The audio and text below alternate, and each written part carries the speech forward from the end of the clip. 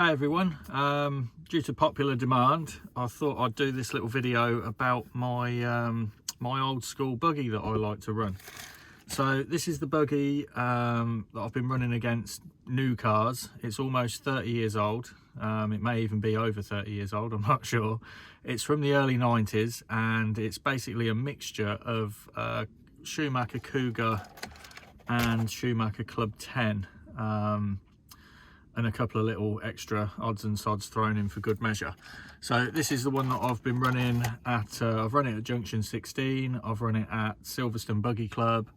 I'm doing okay with it. It's super good fun with the rear motor and everything. I have made a couple of mods to the battery position, which is I've got to check to see if it's revival allowed, we'll say. If it passes scrutineering, I may have to move the battery back. I'm not sure how they feel about stuff like that. The front end, I've got 50 grams of weight, which is again to revival spec. They've changed the rules this year, so you can only, additional weight has to be 50 grams of wheel weights, normal stick-on weights that you'd use on real car wheels. Anyway, let's get to it. So I'll start with the front end. I've got what I call the long wheelbase wishbones. These are the Club 10 wishbones, not the swept back ones from the Cougar 2 or the Cougar 2 team. Although I do have those, I feel that the longer wheelbase does help the car handle the bigger jumps that we have nowadays, especially indoors on carpet. I've got the aluminium front hubs. They're no different to the kit ones. I never broke a kit one. I just wanted the purple bling because I'm a purple old school Schumacher boy at heart. The front shock tower is a Nitro, I think it's a Nitro XT, so it has this brace across the top. You should be able to see it there. So the kit positions, the links go into the kit positions there. I have made another shock tower out of FRP behind that, that's a similar shape. I'll cut it out by hand with a Dremel. But that just sort of stiffens that tower up and it prevents it from breaking. I have used the longer style towers before, but I found that they kept cracking at these bolts, especially with my driving. Hopefully it's improved a little bit and I'll stop breaking those kind of towers soon, but we'll see. This is like a thick Lexan, just a shock protector, carpet protector style thing. It does act as a little bit of a front wing as well, I suppose. The front shocks are just the silver Club 10s. But they do have, the front and rear shocks actually have these pistons in them, so they're no vary pistons, they're actually one-piece shock pistons, 4 sets of 4. I'm using the 4-hole pistons front and rear, and in the front of the car it's 35 weight, in the back of the car it's 25 weight, and that's core RC oil or whatever it is the equivalent of. It's the old school stuff that I use in the fluorescent bottles they used to sell. So yeah, those are still available. I think they sell these with the fronty, so the Schumacher Mission FT, which I think is why they're still available now. Although when I got this pack, there wasn't many left in stock. Obviously, I've polished the shock shafts as well, as I do with most of my steel-bodied, steel shaft shocks. I don't know if you can see, they're a bit manky from running it last night. Loads of Silverstone carpet fibres all over it. There is a bit of air in them now. I haven't rebuilt them for a few weeks, but they feel nice. I don't want to wreck the car's handling and redo them. It's only a tiny bit though. I don't think it's anything crazy. Other than that, the front end's pretty much as it should be. I think I've got about looks like a 2mm quick clip between this secondary tower, so you'd be looking, including the tower, I think the tower's about 1.5 mm, so you're looking about 3.5 mm of spacing between the front bulkhead and the this adjustable kick-up plate here. So that is the newer style. I think actually most of this car, apart from the rear bulkhead and the rear shock tower, it's actually all brand new. Oh, and the gearbox. The chassis plate is re-release top cat. The front arms, I think I found them in a pack of stuff for Big 6. They still sell these kick-up plates. They still sell the front shock tower, or they did, it was in stock before. These little standoffs for the shocks, I've had to space them to get them equal, or the right. If they lean back too far, I find they bind up a little bit and you can't undo the top bolt, so it's a bit annoying. but with that brace, it's obviously they don't flex the tower much anyway. So yeah, I've got those standoffs are off the super stocks. New style rear wing mounts, and a new style rear wing. I think that's it's called a rock hopper wing or something off the Schumacher site. Take the body off, so you can see I've designed my own little 3D printed, almost like a chassis brace to stop it from bending in the middle. I've moved the battery as far forwards. I could get it a little bit further forwards, but I don't feel it's going to be needed for the Astro. Last year I run the car with the battery in this configuration, same sort of thing with a stiffener up the middle, this plate, just to mount everything on nicely.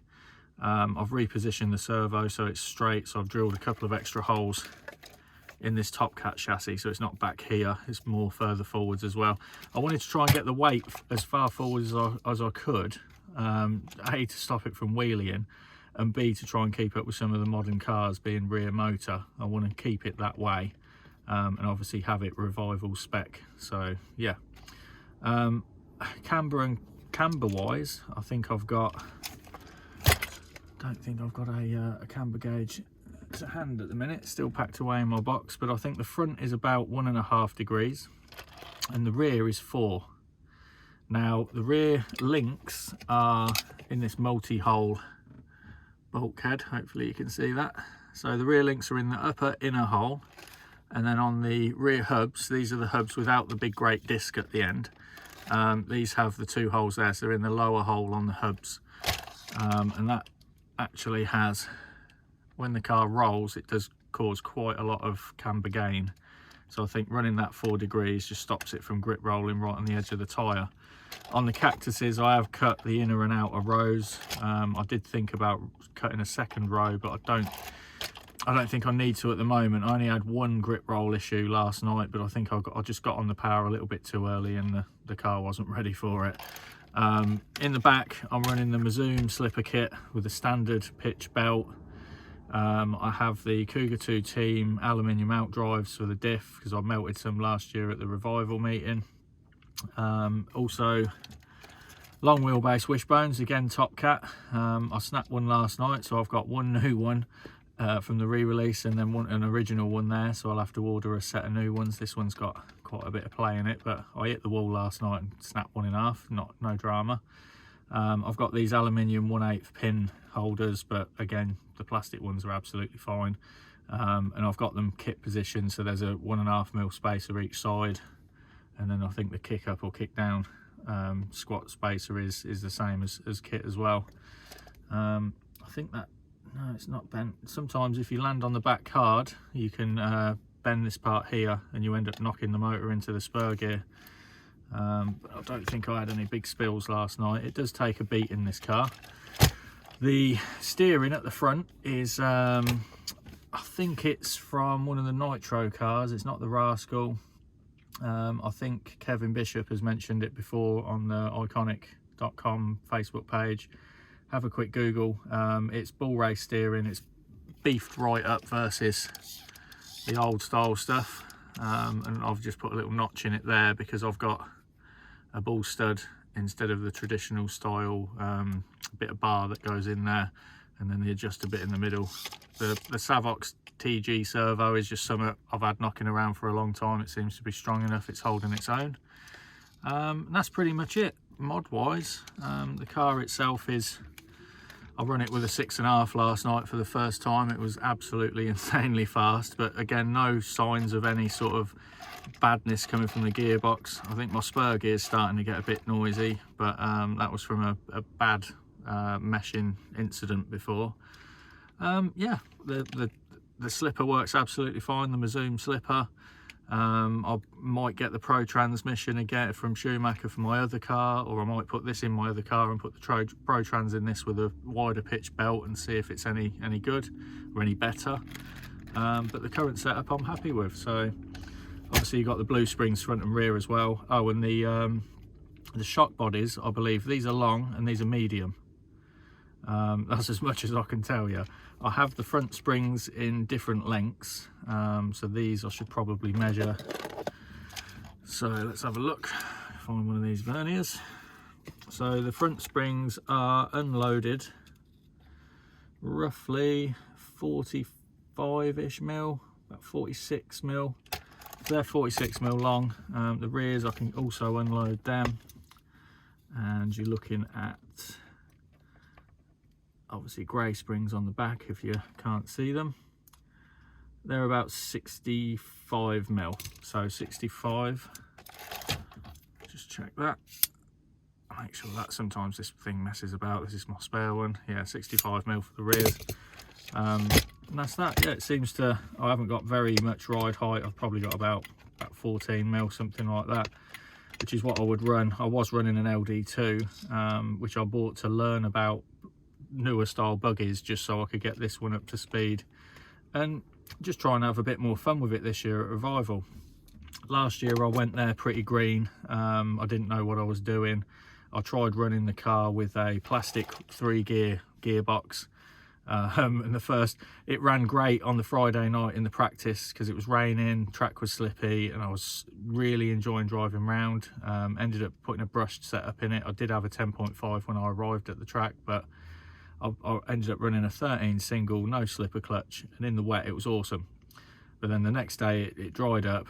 First qualifying round, yeah, I melted the diff in like 3 laps. So that was a steep learning curve. I had to rally around the site and find a Club 10 or a Cougar belt drive gearbox, and then I had to go and see the guys at Mazoom and buy the slipper clutch set up just so I could get back on the track again at all costs.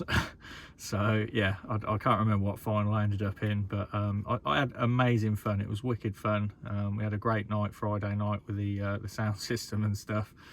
Yeah, it's a smashing event. Highly recommend it, and hopefully I can get to the same one this year and see all my buddies and do a bit better with this little beast. I'll probably change a few things for the Astro, but on carpet it feels absolutely wicked. Oh, before I go, I just remembered front toe out is about -2, so that gives you that little bit of extra on the inside wheel before it gets to the end. I find it hooks in a bit better sort of mid to exit corner, so as long as you're off power, it's good. It transfers all of its weight back to the front wheels again. You get the steering. It can be quite fast. Obviously it's not as fast as a mid-motor car, but it's pretty bloody nippy compared to what it was when I started. The ESC I've actually got, how much have I got on there? I think it was 14% drag brake last night. It's an old Hobby Wing V3 or 3.1, same sort of difference. A little bit of boost and turbo on there just for the straight, which isn't really needed for the 6.5, but it was epic fun bashing it down the straight at a million miles an hour. Yeah, but there's no belt slip, there's no nothing. It's all set. Even with the stock plastic eccentrics, it's a brilliant car, and I hope one day they re-release it so I can continue running this one and keep getting parts if I break them. Robin Schumacher, thank you.